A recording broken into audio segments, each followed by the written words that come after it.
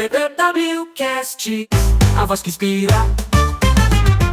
Vamos iniciar mais um BBWcast, você, seu projeto mais importante, com o tema de hoje, a Lei número 14.758, de 19 de dezembro de 2023, que institui a Política Nacional de Prevenção e Controle do Câncer no âmbito do Sistema Único de Saúde, o SUS, e o Programa Nacional de Navegação da Pessoa com Diagnóstico do Câncer. E para falar sobre esse tema, aqui hoje em nossos estúdios, as convidadas, a advogada doutora Nayara Dalef e a doutora Maria Flávia Garcia. A gente vai estar conversando, sejam muito bem-vindas hoje para o nosso papo aqui no BBWcast. Começando aqui com a doutora, o que pode provocar o câncer em geral, em específico o câncer de mama, e o que seriam os cuidados preventivos? Olha, a gente não tem, na verdade, uma resposta certeira do que necessariamente causa um câncer, o que de fato causa o câncer de forma geral. A gente sabe que alguns fatores, eles fazem a gente aumentar o risco de desenvolver câncer. Isso de uma forma geral, né? As pessoas que não levam uma vida saudável, digamos assim, elas têm uma tendência de desenvolver câncer mais facilmente. O câncer de mama específico também engloba isso, né? O estilo de vida, fatores genéticos associados também. E aí tem os fatores que eles podem ser modificados, como sedentarismo, tabagismo, às vezes terapia de reposição hormonal. Então, tem alguns fatores que eles sim podem ser modificados, e aí a gente vai trabalhar na prevenção. E tem fatores que não podem ser modificados, que é a genética, né? Uma história familiar positiva para câncer de mama. O próprio fato da mulher ser do sexo feminino, isso também aumenta a chance. Então, tem fatores que, não, mesmo que a gente tente agir na prevenção, a gente não consegue. Mas, de forma geral, uma resposta específica, a gente também não tem. Por exemplo, tem o lance hereditário de família, né? Então, por exemplo, a minha avó, ela teve câncer de mama. Eu teria que ter mais preocupação se, no caso, fosse a minha mãe? Ou eu já tenho que ficar meio esperto por causa que a minha avó já teve? Claro, Como a é que gente fica funciona? esperto, assim, né? Tem casos na família, a gente já acende uma luzinha.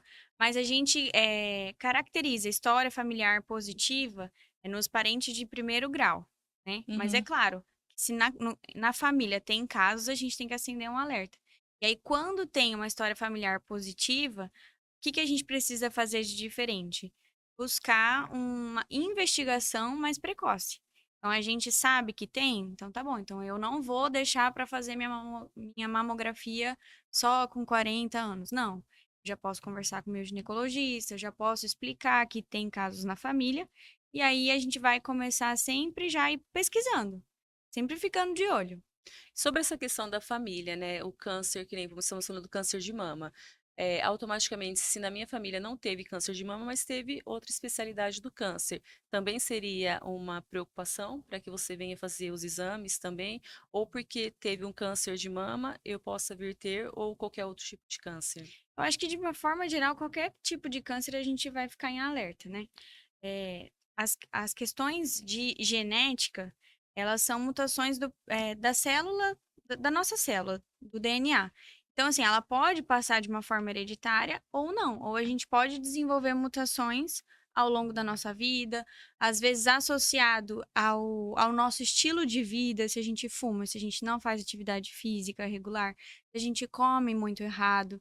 Então, tem algumas ações nossas que podem facilitar as mutações genéticas, o nosso desenvolver do câncer, né? Então, a gente tem que tentar ter uma vida mais saudável.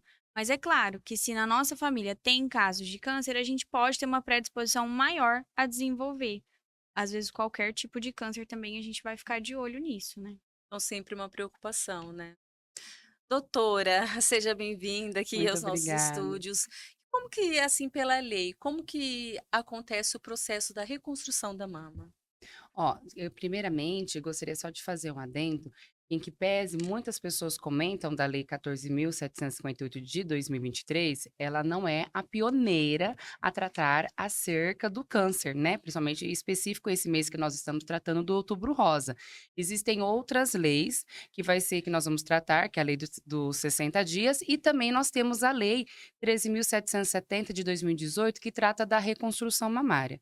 E aí, nesse caso, tem que existir condições técnicas na paciente, que isso eu acredito que o profissional da medicina pode explicar melhor, né? Para que ocorra essa reconstrução. É claro que muitas vezes pode se deparar naquele histórico, né, do número de pessoas, né, hoje o SUS nós temos aí um número muito grande de pessoas para atender, né. Então, primeiro precisa do diagnóstico, precisa ter autorização médica para então enfrentar aí uma determinada burocracia para alcançar a reconstrução.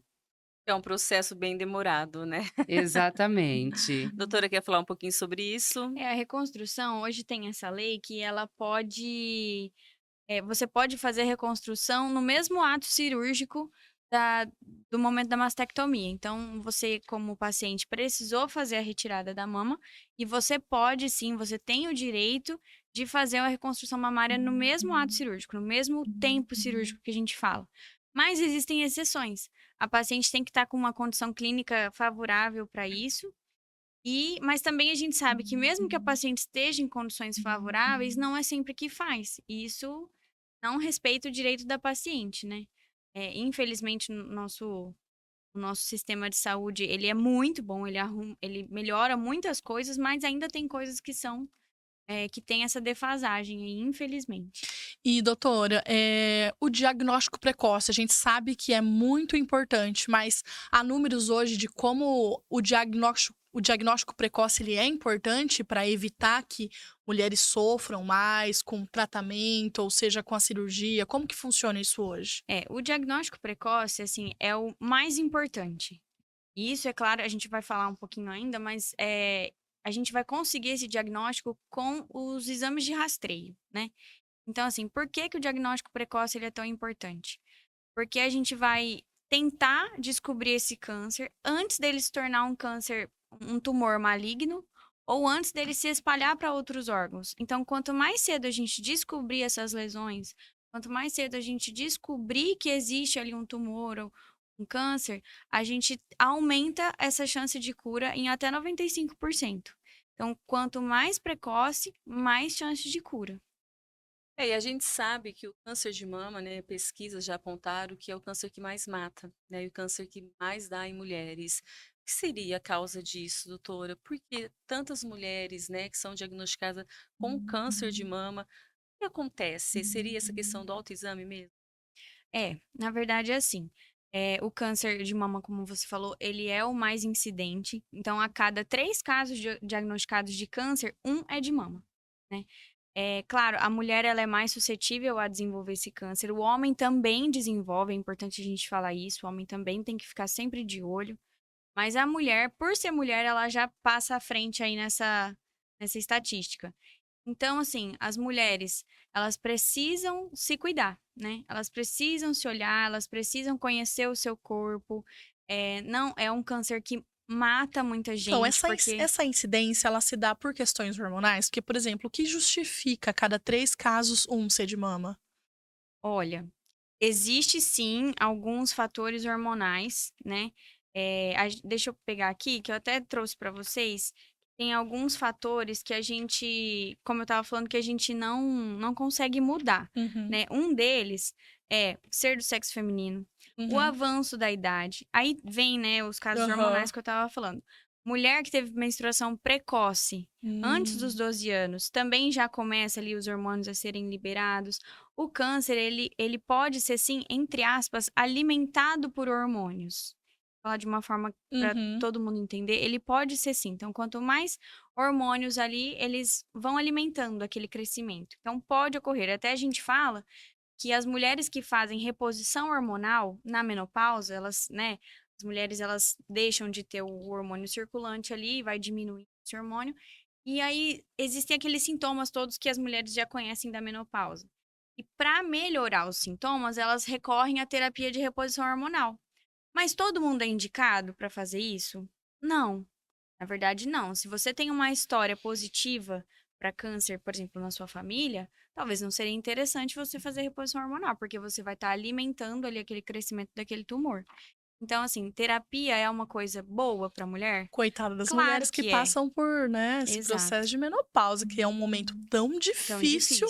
e ainda não poder seria fazer um- reposição E hormonal. seria um alívio ali, né? Só que Sim. às vezes não. A minha Às mãe foi vezes uma não dessas é pessoas. A minha mãe não interessante. pôde fazer reposição hormonal e aí ela buscou ali muito por processos alternativos. Sim. Ficamos comendo por muitos anos, como é que chama? Aquele isoflavona, né? Que é o hormônio Aham. natural dentro da soja. Era salada de soja, soja cozida, soja assada. E a mulher, ela começa a buscar por isso. Eu lembro que o chá de amora também, mas é muito, deve ser assim. Eu vi a minha mãe dentro disso e a mulher que não pode fazer essa É. reposição sofre 2 vezes. Sofre. Sofre porque já tem aí Já tem os a questão do sintomas, sintoma, da né? menopausa e também fica naquela ali do... De vai ou não, que eu Então, posso a sofrer terapia de mais. reposição hormonal ela tem que ser bem indicada Uhum. e feita sob acompanhamento médico mesmo. Não é simples assim, vou fazer terapia e não é bem É uma desse escolha jeito. bem difícil, né? Porque das duas formas você vai acabar Isso. sofrendo, né? Porque a menopausa Exatamente. geralmente ela judia muito. Eu só É. fico imaginando. Verdade, Daqui uns verdade. anos. Doutora Nayara, fala um pouquinho pra gente quais os direitos da pessoa com câncer. Direito à saúde, ele é um direito fundamental com previsão constitucional. Quando nós vamos tratar do direito da pessoa com câncer, nós temos que analisar aquele tripé dentro da Seguridade Social. Na Constituição Federal, quando nós temos a Seguridade Social, ela abrange tanto a previdência, a saúde e a assistência social. No que diz respeito à saúde, o direito da pessoa com câncer é o direito a um tratamento digno, um tratamento humanizado, que é exatamente isso que vem enfatizar a Lei 14.758 de 2023, né? A necessidade de um reconhecimento a tempo, né, da pessoa com câncer, para que possa ser direcionada e tenha aí um tratamento eficaz e a cura, para obtenção da cura. Então, é o direito à saúde, que as pessoas que não têm plano de saúde, nós temos o SUS, que vem para dar a garantia esse direito, né, à saúde, principalmente a um tratamento digno à pessoa com câncer.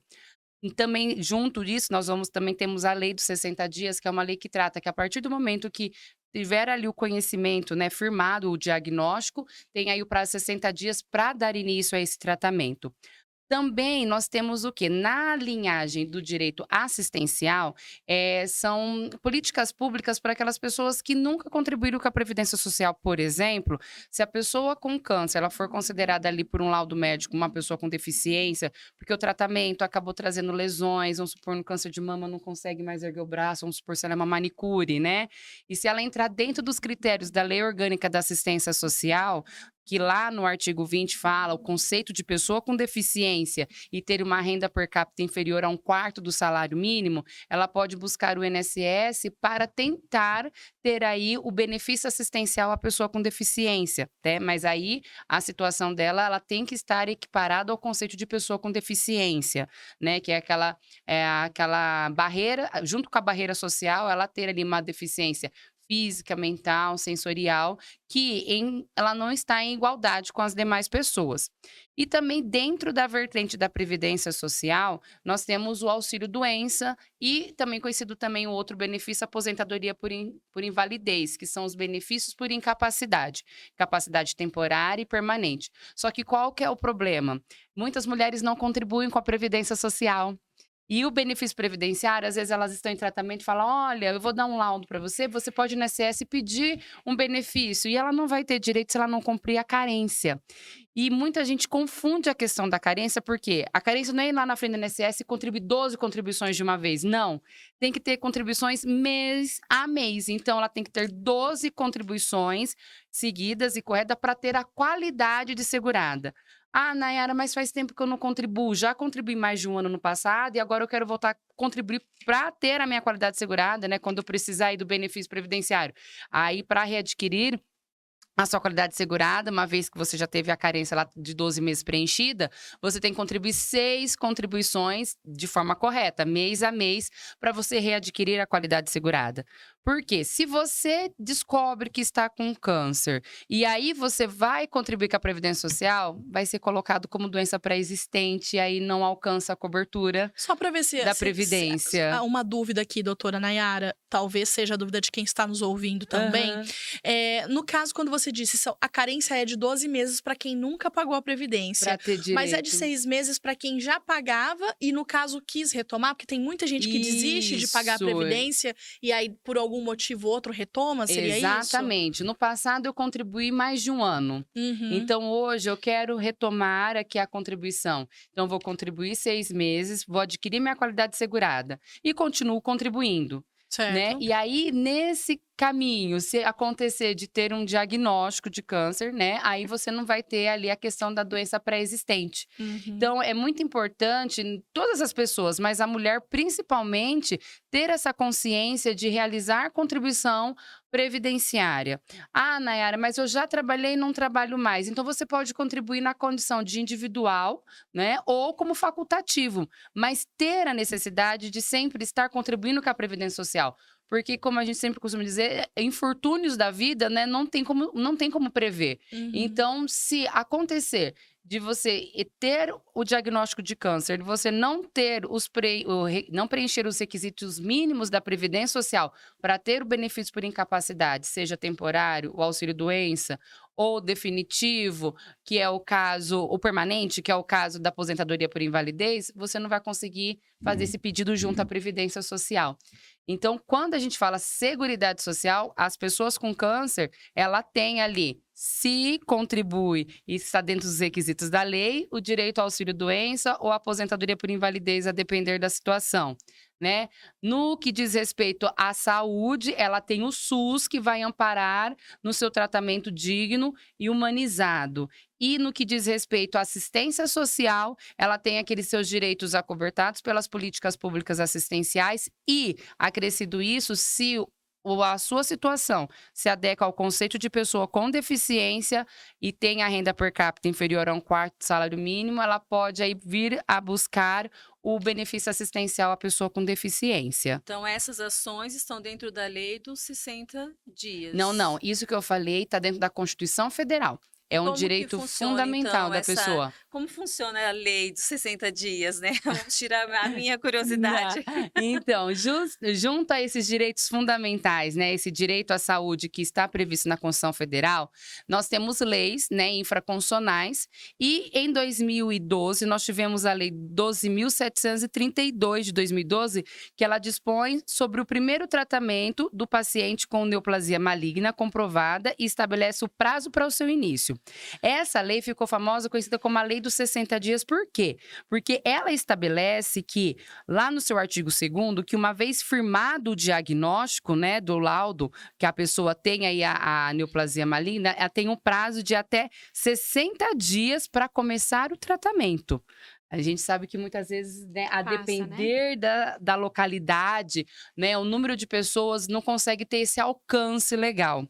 O que podemos fazer quando nós temos uma lei e ela não consegue ser eficaz, o seu alcance não chega até aquela pessoa que precisa daquele tratamento, né? Aí, nesse caso, ela pode procurar o Ministério Público local, pode procurar a Defensoria Pública ou, se tiver condições, até de buscar um advogado especialista na área para, né, seja por meio judicial ou o Ministério Público também intervir, para conseguir aí o tratamento em tempo, porque uma vez começado em tempo, né, há índices que podem aí alcançar a cura. E essa lei assegura, né, o paciente, o cliente ali, no caso, que procurar, né? Assegura. Exatamente. E aí muitas pessoas começaram a confundir, né, a lei dos 60 dias com a lei que veio no ano passado.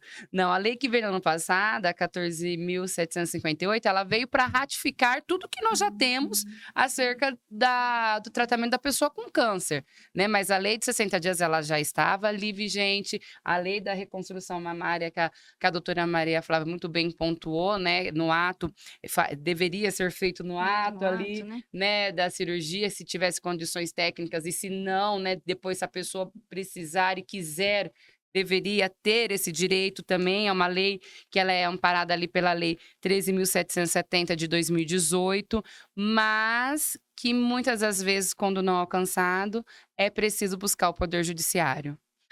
Voltando um pouquinho para o assunto aqui sobre diagnóstico e prevenção e tudo mais, a gente quer agora falar novamente com a médica, né, a doutora Maria Flávia, sobre algumas fake news a respeito do câncer de mama.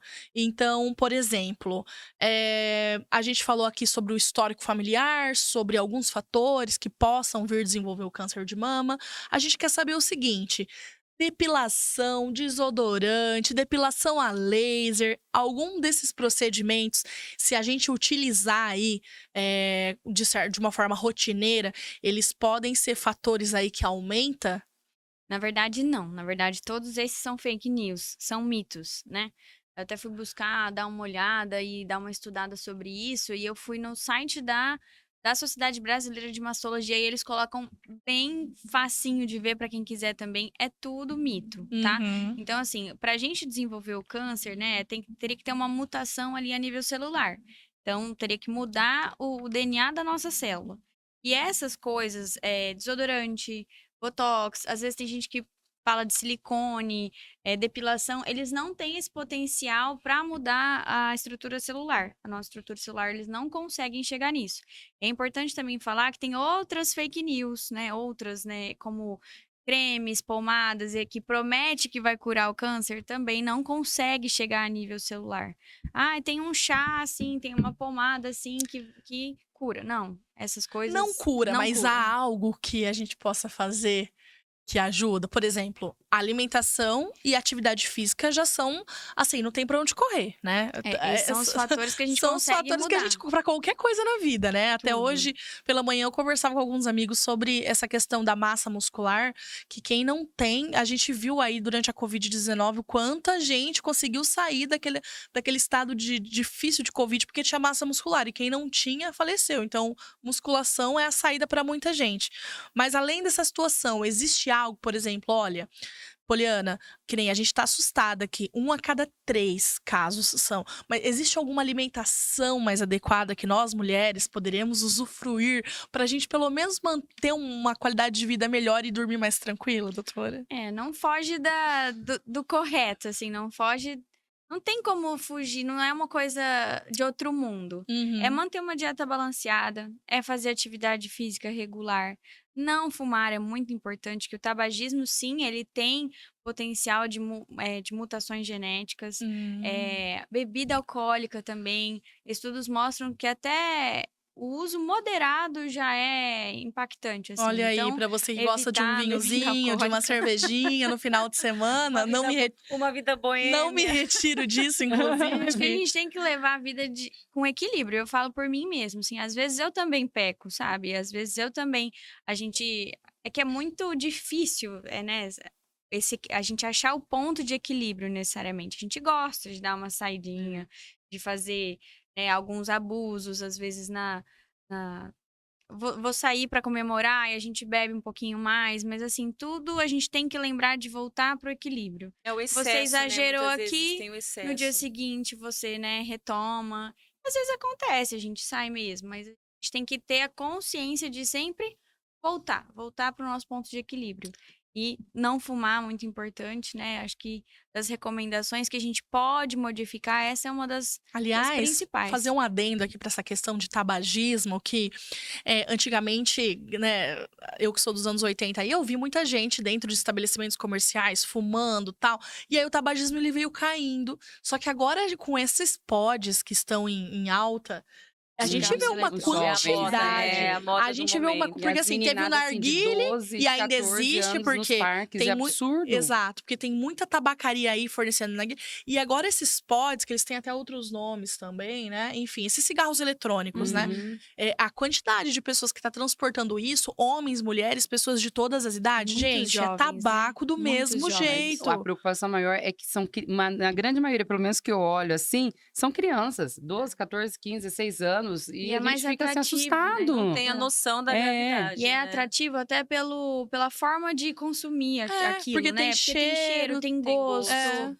é fácil de levar, não fica fedendo, às vezes chega em casa, o pai nem viu que fumou, a Não mãe dá nem nem pra viu, não perceber. percebe. É. Então é muito E atrativo olha que também. perigo, né? Já E que é ele muda viciante essa condição também. genética de Uhum. quantas pessoas, de quantos jovens não vão ser E não é só afetados daqui câncer de 10, mama, né? 15. Câncer de boca, Não, todo câncer de tipo de língua, câncer, né? pulmão. Então, a gente tá falando de mama aqui, mas o tabaco, né? O tabagismo, ele é algo bem preocupante.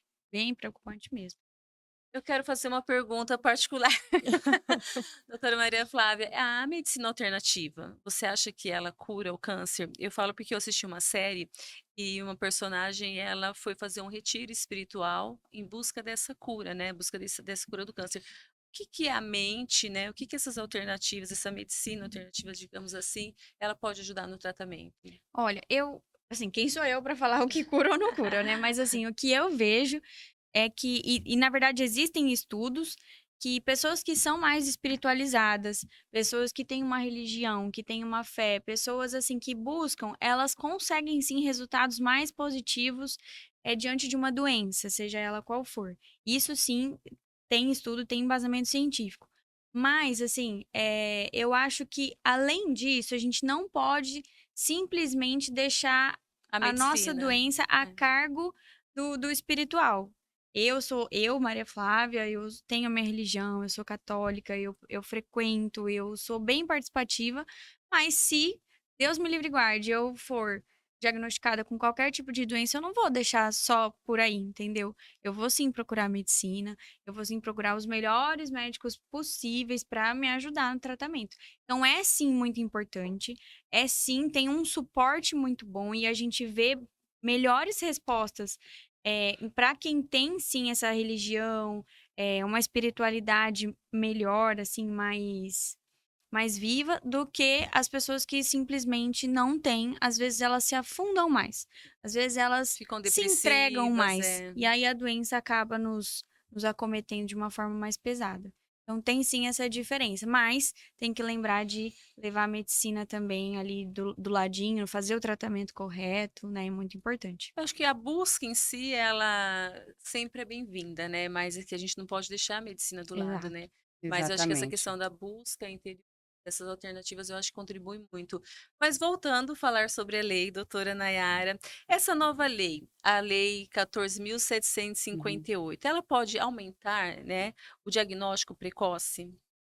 Sim, ela pode aumentar o número de diagnóstico precoce e eu acho que o principal, que eu acho que o intuito da lei é, quanto maior o número de diagnóstico precoce, maior é a possibilidade da obtenção da cura, né. Sim, com certeza. Lá no começo ela fala que lá quando ela vai falar dos objetivos, ela trata que um dos objetivos é diminuir a incidência dos diversos tipos de câncer. Eu não acredito que seja necessariamente diminuir o número de câncer no Brasil, porque isso não está ligado a uma questão da lei, isso está Sim, ligado a um padrão genético, conforme a doutora Maria Flávia bem pontuou, ou até mesmo a questão de estilo de vida, exato. né, mas que ela pode sim alcançar o maior número de pessoas de forma precoce, trazendo aí uma obtenção melhor no seu tratamento, até mesmo a cura. E vamos falar um pouquinho sobre o FGTS, né? O paciente oncológico, ele consegue sacar e qual a importância para esse paciente? A lei do FGTS, ela traz algumas possibilidades de saque, né, então, quando o trabalhador ele é demitido, porque seria uma garantia, né, e quando ele tem uma doença grave.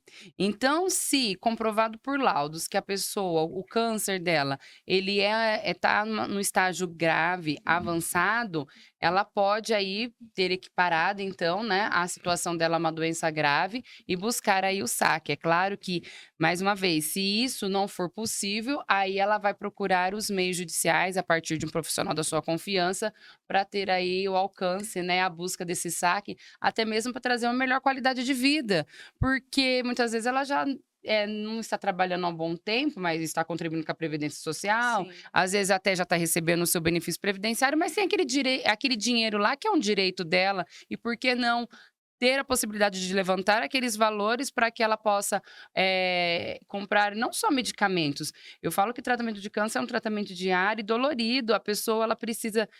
Nem sempre eu estou com vontade de tomar água, quem tem câncer. Ela quer tomar uma água de coco, ela quer ter uma alimentação diferenciada, porque eu sei, porque eu já tive o meu pai em casa que foi acometido por câncer, ele acabou vindo a óbito. Mas, assim, tinha dia que ele não gostava de comer arroz e feijão, ele queria algo diferente, nem que se fosse para inventar uma lasanha, algo que pudesse dar sabor, né? Porque após a quimioterapia, o tratamento, ele é muito desgastante. Então, muitas pessoas não têm condições de comprar uma alimentação diferente do trivial. E se tivesse a possibilidade, né, e dando essa possibilidade do saque, equiparando uma doença grave, ela, por exemplo, ter ali durante o seu tratamento melhores condições de vida, alimentar, eu acho que isso também colabora para até mesmo alcançar a Qualidade de cura. vida, né? Uhum. Sim. E agora a gente chegando na nossa última parte, voltando aqui com a doutora Maria Flávia.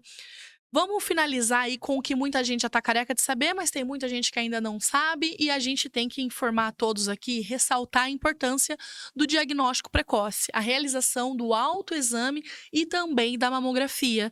Como fica isso? Todo mundo pode realizar o autoexame, mamografia somente a partir dos 40? Como que fica isso, doutora? Ó, é o seguinte, até a gente estava comentando sobre isso, que o autoexame ele não é mais indicado. Mas tem um motivo. É claro que é muito importante a gente reconhecer, conhecer os sinais que o nosso corpo nos dá. Mas hoje em dia ele não é mais indicado, nem aqui, nem nos países mais desenvolvidos. Por quê? Conforme a gente vai fazendo o autoexame, a gente não consegue detectar uma lesão ali mais precoce, uma lesão até 1 centímetro, a gente não consegue palpar.